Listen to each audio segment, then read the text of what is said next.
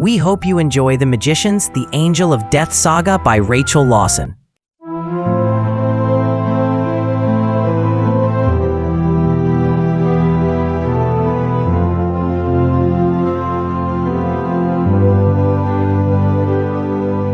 I've had it coming for years, I couldn't avoid it.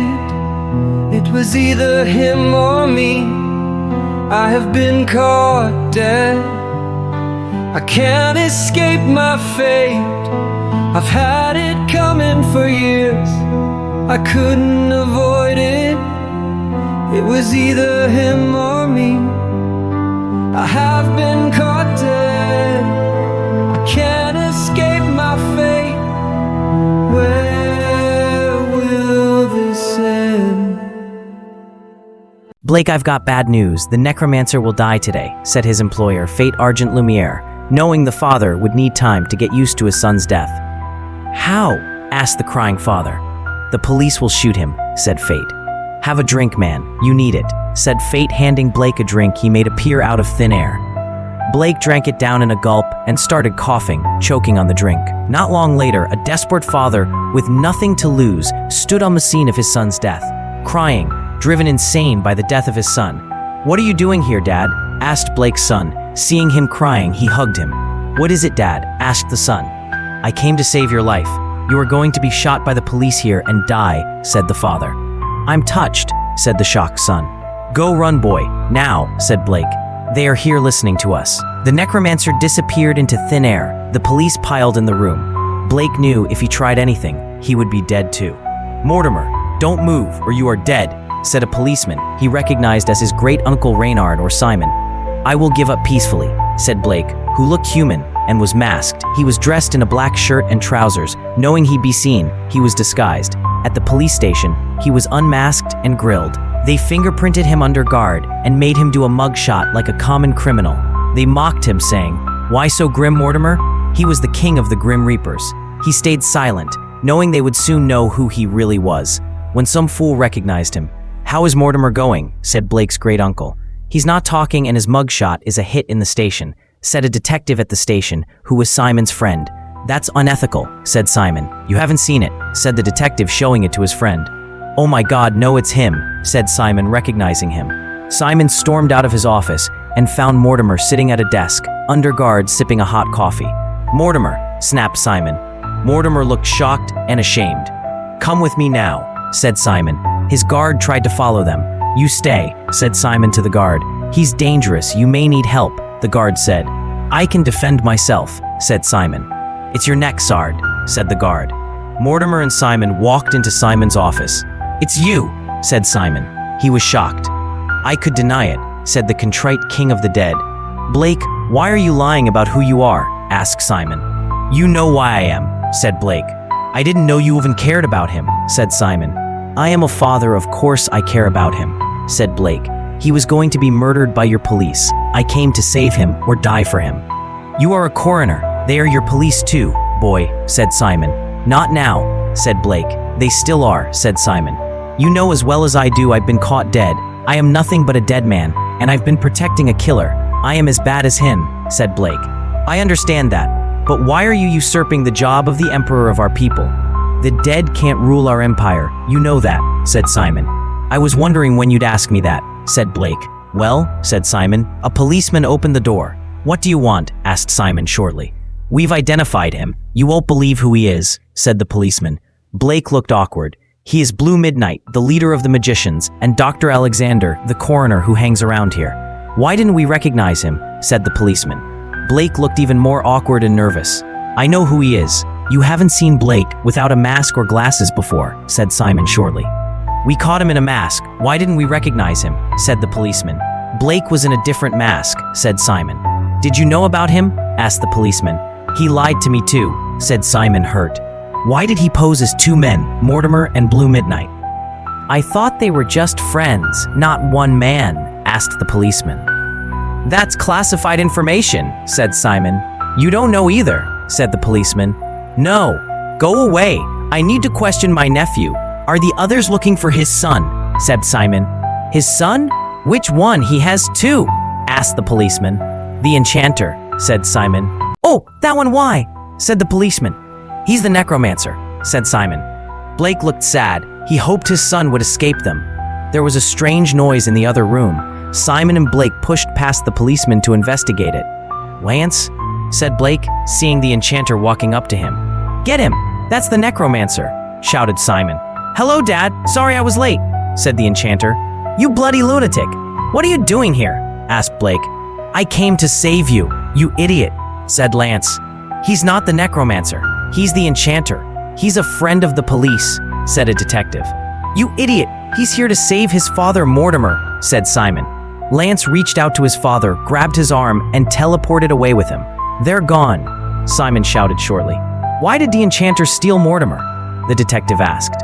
"And you call yourself a detective?" hissed Simon, storming into his office and slamming the door so hard the window in it smashed. "Say thank you, Dad," said Lance when they appeared in the afterlife dimension. "You psychopath, you don't just stroll into the police station when everyone knows you aren't their friend," hissed Blake shortly. "You're welcome, Dad," said Lance, laughing. Blake frowned at Lance and then hugged him. "It's good to see you are all right," said Blake. "Someone is waiting for us," said Lance. "Who?" asked Blake, breaking away from the hug. A portal opened beside them. They walked into it.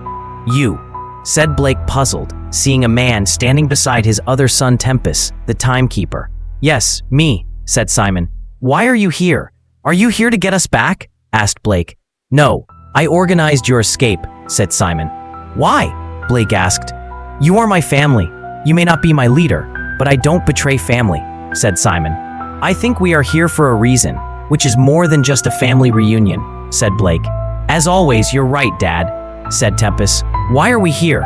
asked Blake. "We are here to undo the past," said Tempest.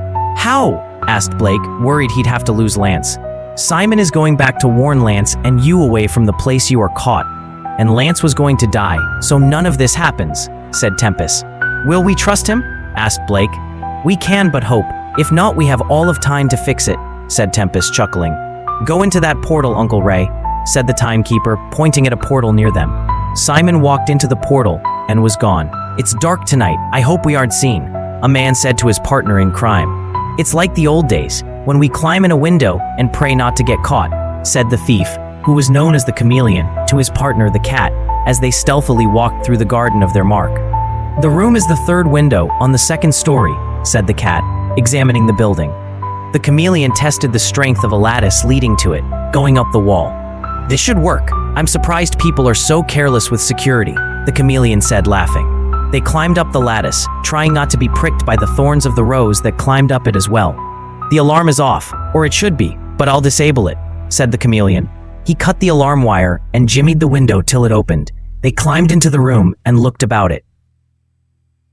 "The safe is behind that painting," said the chameleon, pointing at the only picture in the room. "Okay, who will do the work, you or me?" asked the cat, who was as skilled a cracksman as the chameleon.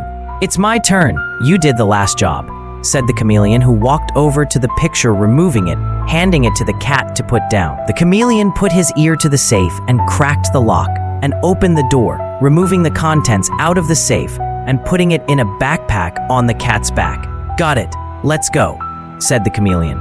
The next day, the police were swarming around the house. "Midnight, what happened here?" the police sergeant asked. "A robbery," said Blake, the coroner who helped out the police on other cases. "I night midnight," said Sergeant Xander Drax, frowning. "Do we have any idea how it was done, and ideas who they were or why they were here?" "They were copycats," said Blake, who was otherwise known as the superhero Blue Midnight. "Copycats?" said the sergeant. "Of who?"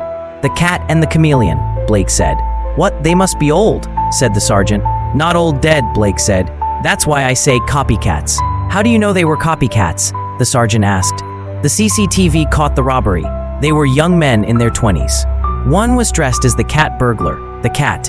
His partner was dressed as the chameleon, the jewel thief and safecracker," said Blake. "My magician's assistant, Max, is the original chameleon's grandson and protege. He should be on the case." "Yes," said the sergeant. "I'll call him here," said Blake, who then shouted, "Max, we need you."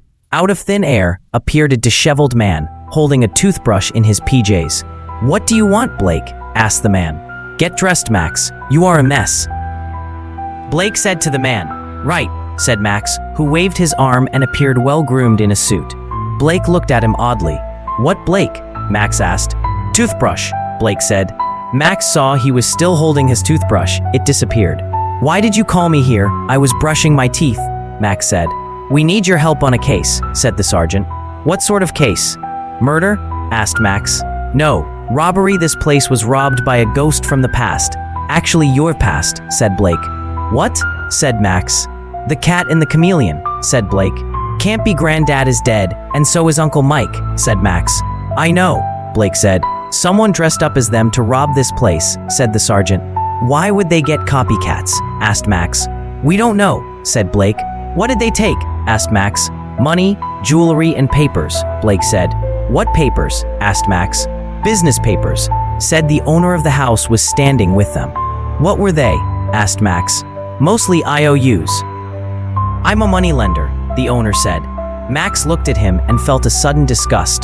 The owner of the house looked like a pen pusher. Judging already, Blake said in Max's mind. Sorry, Max said in Blake's mind. From what I've read, he is more of a bureaucrat than you take me for, Blake said in Max's mind. Are Granddad and Uncle Mike still in the other world? Asked Max in Blake's mind. Yes, said Blake, also known as Mortimer, king of the Grim Reapers in Max's mind. You two talking in telepathy again? Asked the sergeant. Oh, I forgot you were there, Uncle C, said Blake to the sergeant. Did someone see them? Asked Max. Blake showed him a video on his work tablet. What is it, Max? Asked Blake, seeing his friend's eyes widen. I know them, said Max. Who are they? Asked Blake. And Maximilian Black, said Max. What the sergeant said. Are they related to you? Blake asked. Yes, Max said, but they shouldn't be here. What do you mean? Asked Blake. I saw photos of Granddad and Uncle Mike in the past. That is them down to the voices, said Max. I just figured out this case. Snapped Blake, frowning. A dimension away, a man was watching them in a magic pond. He gulped and said, Oh no! He was watching them. Tempest, have you been messing with history again? Blake said in the pond. Tempest stepped out of a dark, swirling vortex in the room with Blake and the others nervously. Who's he? Is he your brother? Asked the house's owner because there was a family resemblance between Tempest and Blake. No, my meddling son, the Lord of Time, the timekeeper. Tempest, the man behind this crime, said Blake. I see what he did, Blake, said Max, realizing what happened. What did he do? Asked the homeowner. He took the young thieves from the past to rob you, said Blake. What? That is impossible, laughed the homeowner, thinking it was a joke. Not for him. He lives in the tunnels of time, said Blake. I want to meet them, said Max, pleading. You'll meet them later, said Tempest. How? Not in the afterlife. I'll not go there, you know I'm a vampire, said Max. Spoilers, said Tempest. Why did you bring them here and turn off the alarm? Blake asked. I wanted to stop a blackmailer, said Tempest. A what? Asked the sergeant, looking at the homeowner who was trying to look calm. Who's being blackmailed and how? Asked Blake. Mr. Harvey's debtors, said Tempest said. How? Asked Max. I cannot go there, as it will ruin the lives of many people, said Tempest. Why, they were only IOUs, the sergeant said. Not all of them. He had people watched and got dirt on his clients to extort more money from them, said Tempest. Where are the papers and things taken? Asked Blake. Maxim and Michael fenced the things in the past, said Tempest. The papers I burned. There are some things nobody should know. We have no evidence, said the sergeant. You have me, said Tempest. Are you giving in to the police? Said Blake. No, I was a victim, said Tempest. You took out a loan from him? Max asked. No, he was blackmailing me, said Tempest. Why? Said the sergeant. I killed a man, Mum's killer. He found out and has been blackmailing me since he found out, said Tempest. What did he want from you? Asked Blake. For me to get dirt on people, said Tempest. To blackmail people, Blake said. Tempest nodded. I had to get back and destroy the letters I sent him, said Tempest. So I enlisted some friends from the past to take them for me. The homeowner was thinking he shouldn't have reported the theft. You are probably right, mate, said Blake aloud, after reading his mind. Arrest him, said the sergeant. A policeman grabbed Tempest, who looked sorry for what he'd done and didn't fight. Not him, he's the victim, said the sergeant. Arrest Mr. Harvey, he's the criminal. The policeman released Tempest, and the handcuffs on Tempest's wrists fell off. "What the?" the policeman said.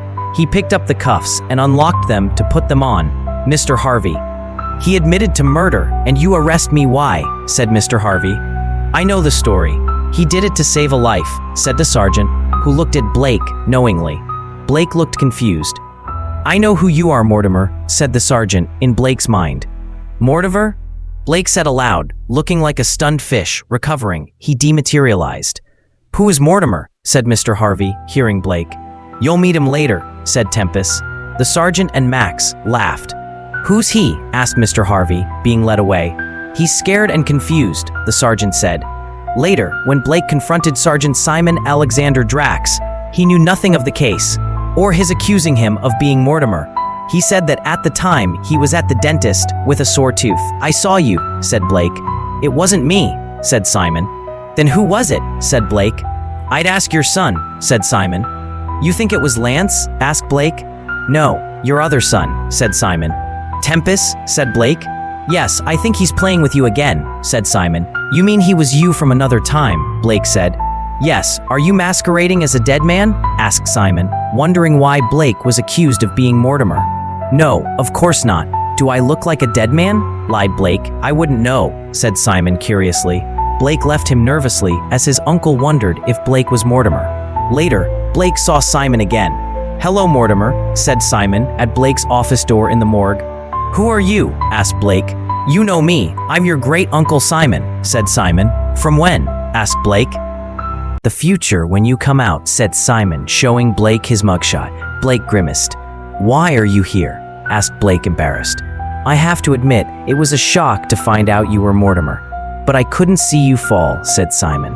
"So you came here. Why?" said Blake. "To prevent your capture, saving your son Lancelot's life from the police," said Simon. "You came here to make me not save Lance, did you?" said Blake. "Yes," said Simon.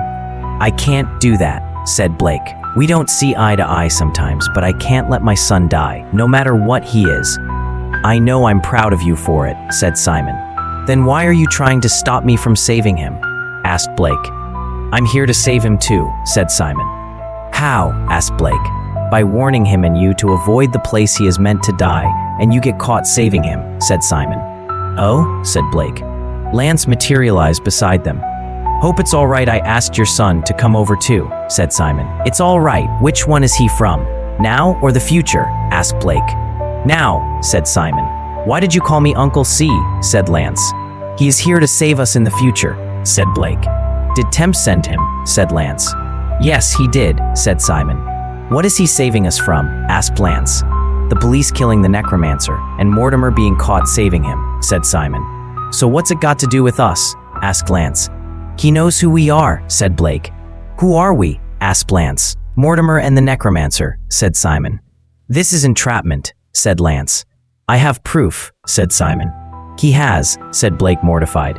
"Show me," said Lance. Simon showed him the mugshot. "That's a bad mugshot, Dad," said Lance, looking at it. "It could be a fake." "It's not," said Simon.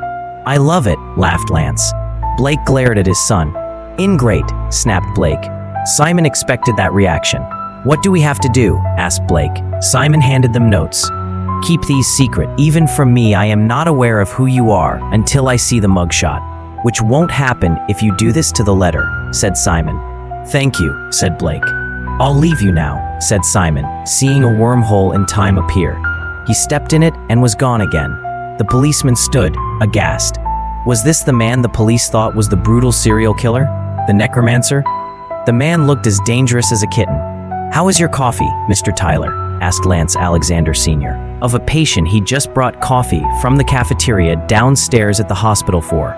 "It is great. Do you want to be paid back for the coffee?" asked John Tyler. "No, it's all part of the service," said Lance, "and it was my pleasure to help." Lance wandered off to visit Dr. Blake Alexander, his father, in the morgue. "What game are you playing at?" "You aren't as nice as you are acting, boy," said the father to his son, the necromancer. "Why do I have to be playing games? Maybe I have reformed," said Lance. "And I'm not a dead man walking," Blake said it skeptically. He was secretly a Grim Reaper, as was Lance. "Necromancer, are you here to visit your victims?" asked Dante, the coroner's assistant, to Blake. Dante also doubled as the assistant of Mortimer, aka Blake, the king of the Grim Reapers. "No, I am here to help," said Lance. "I thought you were Fate's avenging angel. Why are you hanging around in a hospital where people are saved?" asked Dante. "Haven't you noticed my police nanny? Fate hasn't sent me here. I came here of my own accord," said Lance. "Yes," said Dante, not happy Lance was suspected of being the necromancer. Any suspicions laid on Lance's shoulders would lead to suspicion of Blake and himself as not being all they seemed to be. Being caught would cause chaos for everyone they knew. "Dr. Death," said Blake's least favorite co-worker at the hospital. "What do you want, Jack?" moaned Blake, whom the orderly, Jack Taylor, called Dr. Death because he was a doctor of the dead, a coroner. "Mortimer, a father of the necromancer," muttered the man, who came in with Jack thoughtlessly. Blake, aka Mortimer, glared at Jack, who was oblivious to what he had done. "This man wants to talk to you," said Jack offhandedly. "What do you want to talk to me about?" asked Blake. The man was Lance's police nanny. "Hi," said Lance, who went for a coffee in Blake's office when he saw Jack coming with the policeman. He came back to see the policeman looking nervously at his father. Lance heard everything. "Hi, Charlie. I've got you a coffee. It must be thirsty work watching little old me," Lance said brazenly, handing the coffee to the policeman. "Thank you," said the policeman. Now more than just nervous, he was confused as well. He was unsure whether to drink the coffee or not, because it was handed to him by a man he suspected to be a killer. Lance rolled his blue eyes in his handsome head. He took back the coffee and sipped it. "I didn't poison it," Lance said and laughed. "Or did I?" "Lancelot, be serious," snapped Blake. Lance's memory had replayed this, much of his day as a dream, when he fell into a deeper sleep. Lance Sr. lay in a terrifying state of sleep. He dreamed he was walking around the hospital unseen. He felt the greatest terror in his life. He was walking to a room in the hospital when he recognized the room of the man he was ordered to kill by Fate, his master. He awoke in a cold sweat in a strange state of extreme terror. The next day, he visited his mark with his regularly scheduled coffee, only to find an empty bed. He asked his doctor if they had transferred him somewhere else, puzzled. "Oh, don't you know, mister? Tyler died in his sleep last night," said the doctor sadly. This disturbed Lance greatly. Something seemed terribly wrong. How could he have dreamed of himself visiting the man one night and the next day finding him dead? He wondered if he was having a vision of death like his son, a doomsayer, had many times before. He visited his father and told him about his dream. He was puzzled too. He said it was an odd death, as he could attest as the judge of the dead. The cause of death on the official afterlife obituary he'd seen read, "Killed by death," and the Grim Reaper who brought him in was the Angel of Death. Blake and Lance thought it was scary and odd. The Angel of Death was a myth. They thought they had a rogue Reaper killing people. Lance could only agree to hunt it down and stop it before it struck again. Lance had another dream of a similar type, and yes, the person in it died again. He could not find nor see the angel or anything in his dreams, which continued to come. They had a haunting feel to them and kept returning to his memory. They became more and more real to him. He confided in his friend Sandy, the Sandman, his son's dream guru. "I think you were astral traveling," said Sandy. It horrified Lance to find out he was killing people in his sleep. Lance was so scared that he didn't want to sleep. He stayed awake for 3.5 days before he felt himself drop off to sleep.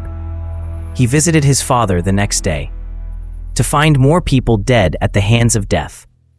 Lance was scared and afraid to tell his father what he knew. All he knew was that he had to confess. It took all his courage. "Dad," Lance said. "What?" asked Blake, sitting in his office in the afterlife, puzzling over the death records relating to the Angel of Death. "I know who the angel is," Lance said nervously. "Spit it out," snapped Blake impatiently. Lance could barely speak, he was so terrified. He tried a few times, but nothing came out. "Well, are you going to tell me or not?" Blake snapped, not understanding why his son couldn't speak. He was terrified, and his mouth wasn't working right. "Me," was all he could eventually say. "What are you doing, necromancer?" demanded his father, more than annoyed. "I don't know," Lance said. "What do you mean, you don't know?" snapped Blake. "I wasn't doing anything consciously," Lance blurted out. "You mean you are murdering people unconsciously? Do you think I'm mad?" Blake lost it completely. "Yes," Lance said timidly. "What do you expect from me? You've been lying to me," Blake screamed. "I didn't know I was," said Lance.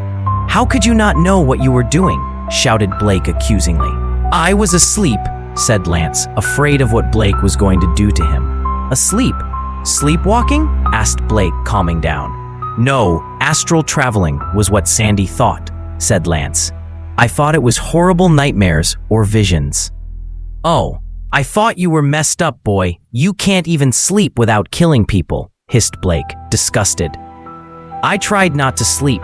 I made it for over 3 days, and my wife slipped me a sleeping tablet in my food," Lance said irritably. "You shouldn't stop sleeping. The lack of sleep can kill you, boy," said Blake shortly. "Yeah, and me sleeping kills others," said Lance.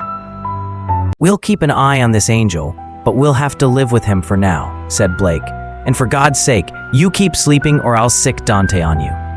"Okay," Lance said awkwardly, not relishing the thought of Dante lecturing him. This was the beginning of the nightmare that was the Angel of Death. In his office in the afterlife, Mortimer, the king of the Grim Reapers, sat in his human form, reading and signing papers. He was listening to the song, "The Scientist." From Coldplay's album, A Rush of Blood to the Head, on repeat, his idea of chilling out at work, but it was interrupted by his son, the necromancer. "How is the Lord of the Dead?" asked the son. "I am not the Lord of anything, Lance," grumbled Mortimer. "Why do you have to have that noise on?" said Lance, who, unlike Mortimer, was not a fan of the music. "Celestine, go away, I'm busy," hissed Mortimer, turning off the music playing on his phone. Lance looked peaked. "Take off the mask. Tell me how you really feel," said Mortimer. "What do you want?" Lance tore off the mask he was wearing as a disguise. He wasn't happy. "What is it with you and paperwork?" asked Lance. "I hate it," snapped Blake. "You psychopath." "I'm not a psychopath. I hate killing. You are if you think I like it," said Lance, who was the assassin of fate, but the police called him a serial killer. "You do a good job of acting like one," moaned Mortimer. "And you act like a pen pusher," said Lance. "It's not me, it's Dante, he's a slave driver," moaned Mortimer. In walked Dante, Mortimer's assistant. "Mortimer, go back to work. Your work is important." "Go away, necromancer, haven't you got somebody to kill?" ordered Dante. Lance looked at Mortimer, who looked at him pitifully. Lance stormed off. These were the last words the father and son spoke in this life. The son was soon after murdered by another assassin, out of vengeance for a gangland godfather, Lance, who had killed for fate. Lance did not die alone. His killer was found dead with him in the early hours of the morning, by a jogger on an early morning run. "Sarg, they found the necromancer," said a policeman to the man in charge of the local police station when he was first found. "Where is he?" asked the sergeant. "They took him to the morgue," said the policeman. "Morgue?" said the puzzled sergeant. "He's dead," said the policeman. "Oh, who killed him?" asked the sergeant. "John Steele, he was a hitman. We think it was a gangland hit because the necromancer killed his boss," said the policeman. "How do we know the killer?" said the sergeant. "We found him dead near the necromancer," said the policeman. "Do we know who the necromancer was?" asked the sergeant. "Yes, it was strange. I wouldn't have believed it if I hadn't seen his face myself," said the policeman. "Well, who was he?" asked the sergeant. "Lance Alexander Sr., the magician. Called the Enchanter," said the policeman. "Sarg, why are you crying?" "Lance was my great-grandnephew," said Sergeant Reynard Alexander. The sergeant disappeared into thin air, reappearing in the morgue, where he found the coroner crying over the body of a dead man on the slab. "I thought you'd be upset," said Reynard, still crying. "How did you know?" asked Blake, the coroner. "We sent him to you, I hear, Mortimer," said Reynard, hugging his grandnephew, who shuddered. "You know who I am?" said Mortimer, the Reaper King. "The necromancer was your son, as was Lance," said the crying Reynard. "What are you going to do with me?" asked Blake. "You're a dead man," So you can't be the leader of our people, said Reynard. Yes, said Blake. You need friends, not enemies now, said Reynard. Thank you, Uncle Ray, Blake said. Can I have a word with you? Said Dante, walking into the room. What you want to say to me, you can say it in front of my Uncle Ray, Blake said. The Angel of Death is free. He killed the killer of the necromancer, said Dante, looking oddly at Reynard. Angel of Death? What is that? He sounds bad, said Reynard. I was afraid that might happen. Where is he? Asked Blake. He followed Lance's body here, said Dante. What? Asked Blake, worried. Who is he? Asked Reynard. A dead Reaper's soul, said Dante. You don't have souls, said Reynard. Only one will ever have one, said Blake. He is the darkest of the Reapers, a loner who knows nothing but death, said Dante. He was a horrifying killer in life, but in death, he's worse. He has no mercy or conscience to stop him. He is said to be the god of death, the ruler of death and the dead. He is higher in rank than even Mortimer. Was he Lance's soul? Asked Reynard. Yes, the grieving father said, unsure what to do. What does he want? Asked Reynard. Lance, I suppose, said Blake. What for? Asked Reynard. I don't know, said Blake. Can he be stopped? Asked Reynard. No, Blake said. We should take his body somewhere else. He wouldn't want anything good to happen to Lance, said Reynard. We can't escape him. Wherever we go, he can go, said Blake, frustrated. He can't travel in time, I think. Enter the portal? Said a voice coming out of the swirling portal that had just appeared near them. Blake picked up his son and walked into the wormhole in time. Dante and Reynard followed him. The moment they were gone, the Angel of Death arrived. He saw the portal disappear. The brother, hissed the angel bitterly. He's trying to break into here, said Tempest, the voice of the portal's owner, a dimension away. Why does he want Lance? Asked Blake. Who knows? Said Tempest. I thought you'd know, said Blake. I don't, said Tempest. All I know is Lance was meant to die before the angel awoke. Oh, so the angel was meant to die with Lance. Blake said. Yes, said Tempest. I'd rather live with Lance than without him, so I won't take you to kill him, but save him. He may be a pain in the neck, Blake said, crying, but he's my pain in the neck. I love him and miss him. Will the angel get in here? Asked Reynard, remembering their bigger problem. Yes, it's all a matter of time. He has my powers, just like Lance's son, who got his visions from the angel, said Tempest, the timekeeper, the master of time. Lance's son saw only visions of doom. Where should we go? Asked Blake. The only way to stop the angel is to reunite his soul with his body, Tempest said. How will we do that? Asked Blake.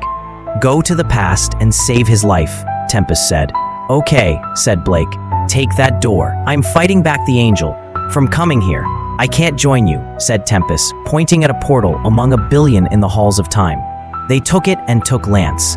They appeared on the street, where Lance would die moments later. I have you, necromancer, said Lance's killer. Lance stood disarmed, with his killer's gun to his head. Don't kill me, please. I beg you, it's what the Angel of Death wants, said Lance. Police, let him go, Steele, shouted Reynard, pulling a gun on the killer. The killer panicked. He is the necromancer, said the killer, thinking he deserved to kill him. I don't care. He could be Jack the Ripper. For all I care, he doesn't deserve to be murdered. Him dead is worse than him alive, Reynard shouted. He murdered my boss, said the killer. Lance was looking terrified, not sure who was worse, the police or death. The killer then noticed Blake was holding a dead man. You bring your own bodies with you, do you, Copper? Said the killer. Lance recognized himself. He realized where they came from. Please don't kill me, pleaded Lance. The killer cocked the gun and was about to shoot Lance. The killer paused to take a breath. You are dead, said the angel in a voice colder than dry ice. He then ripped off the head of the killer. The angel knocked Lance violently out of the way of the gun, to the surprise and horror of Lance and the others. Lance crawled over to the time travelers. They looked at the angel nervously. The angel looked at them. His lips curled into a smile.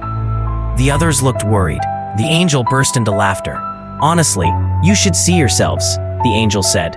You look like you are looking at the Antichrist, seriously. You are, said Blake. I'm not that bad, Dad, said the angel, melting into Lance's form.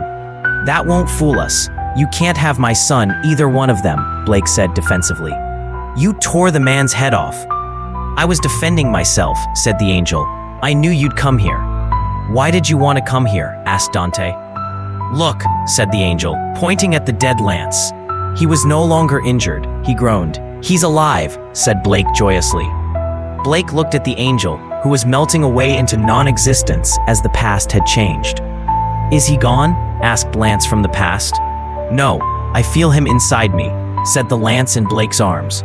Wonder if Tempest is all right, said Blake. Can you put me down, Dad? Lance felt uncomfortable being carried around.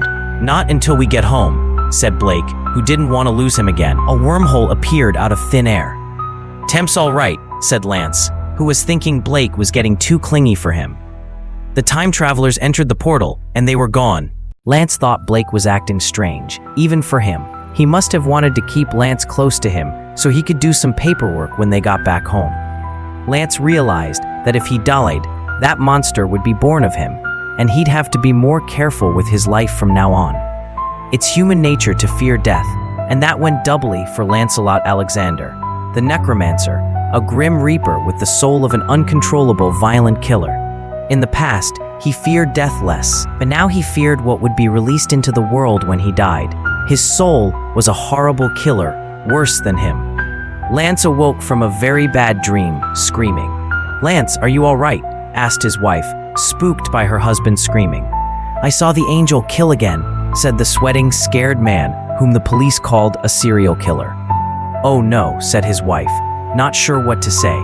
All she could do was hug her husband to comfort and calm him. This astral traveling as I sleep is really disturbing, said Lance. His wife kissed him to calm him. You can't control him. He comes out of you when you sleep, said his wife.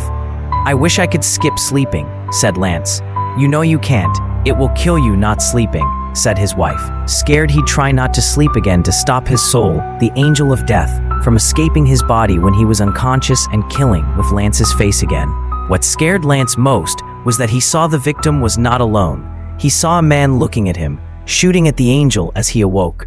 The next day, Lance was worried and expected to be arrested or shot every second of the day. His boss arrived unexpectedly when he was working at the newspaper where he worked as a reporter. Hello, said Lance's boss, Argent Lumiere, the last Fate whom Lance killed as Fate's assassin, the necromancer. For God's sake, go away, Argent, snapped the terrified Lance. Don't be like that, said Argent shortly. I can't be seen with you, said Lance, looking nervous. A man walked up to them, seeing Lance's nerves. Lance, you look nervous. This is a first, said the man. Are you planning on doing an article on it? Retorted Lance. No, nobody would believe it, said Lance's colleague, joking. I don't know.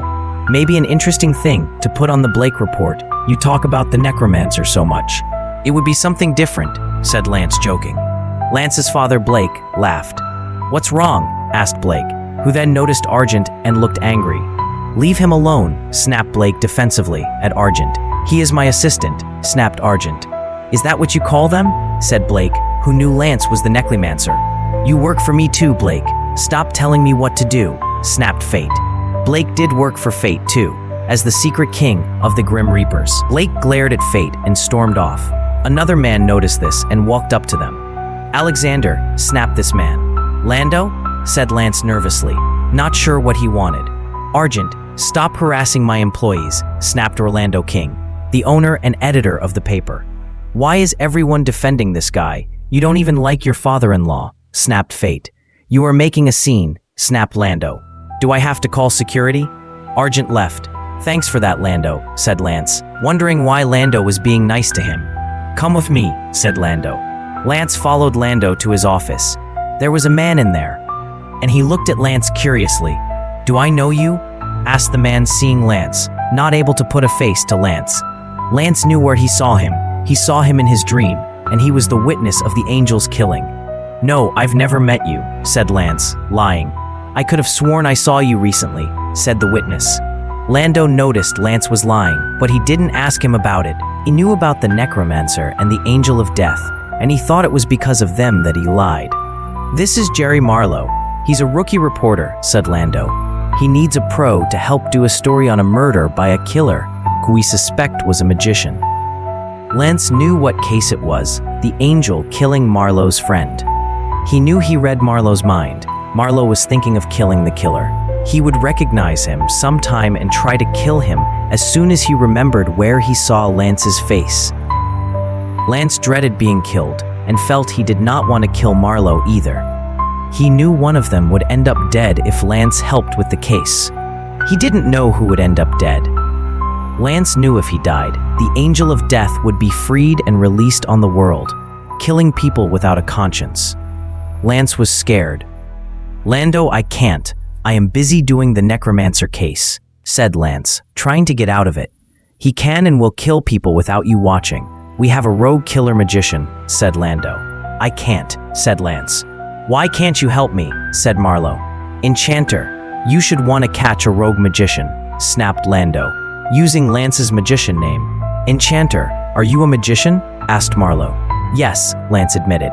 "You are on the story. It's final," Lando shouted. "Go do your work, now." Lance and Marlowe went to solve the case reluctantly. Later that day in the afterlife, Lance wandered into his father, the King of the Grim Reaper's office. "Hi, Dad," said Lance timidly, not wanting to ask for help, but not sure how his father would take it. "Are you all right?" asked his father, noticing Lance wasn't acting his usual mocking devil-may-care self. "Actually, no. The last night the angel killed a man when I was sleeping," said Lance timidly. "Your soul, the angel, will astral travel again," Blake said. "Yes," Lance said. "What's wrong? Did you get filmed?" asked Blake. "Something like that," Lance said. "Oh no, what happened?" asked Blake. "I saw a witness shoot at the angel before I woke up," said Lance. "Oh no," Blake said. "And he came to Lando with the case," said Lance. "Oh God, no," cried Blake. "And Lando put me on the case with the witness," said Lance. "Does he recognize you?" asked Blake, worried. "Yes, but he's not sure from where," said Lance. "It's all a matter of time till he remembers. Doppelgangers are a pain." "Yes," agreed Blake. "I'm not sure what to do when he remembers my face," said Lance. "You could kill him. You are a killer," said Blake. "No, Lando would ask questions. He draws the line at me killing my coworkers," said Lance. "So do I." "Oh, okay," Blake said. "I'm more of a dead man walking than you are," said Lance, walking to the closet where Blake kept his body when he was in Reaper form. He opened the door. "Anyone home?" Lance asked and saw his father's dead body. "Yes," said the Reaper form of Blake. "I'm out here. He's dead for the moment." "Something I've always wondered about him is, how doesn't he decay?" asked Lance. "He's under an enchantment to stay fresh," Blake said. "You know, I don't mind being a villain in your mind. To me, you're a clown," said Lance, as his dad did paperwork. "Buzz off, Fly. You bother me," Blake hissed at his son.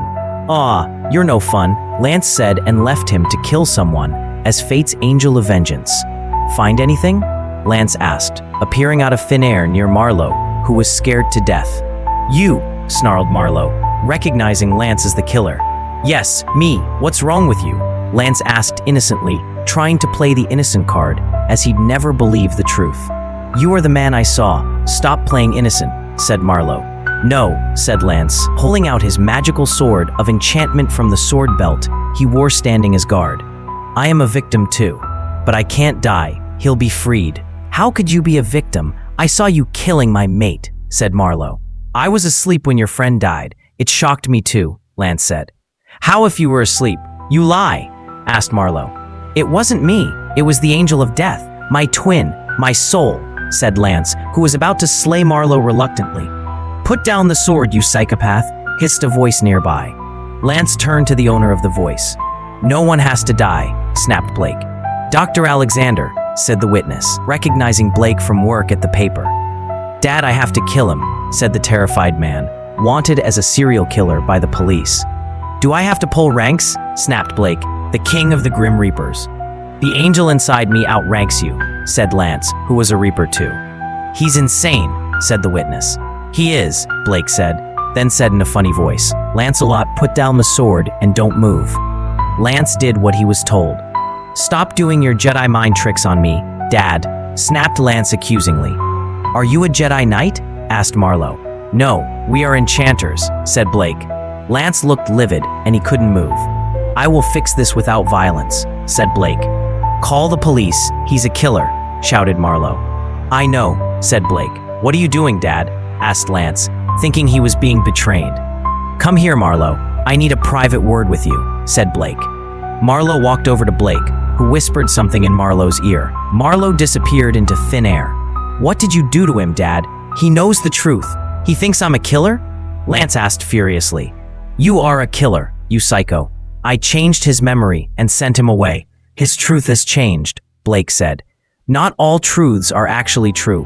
Sometimes the stories we tell ourselves and our dreams are hidden truths that live beyond the time when the facts are long dead and forgotten. Anyone can quote Shakespeare. But the man himself and his life lie lost in the shadows of the past, as is your secret.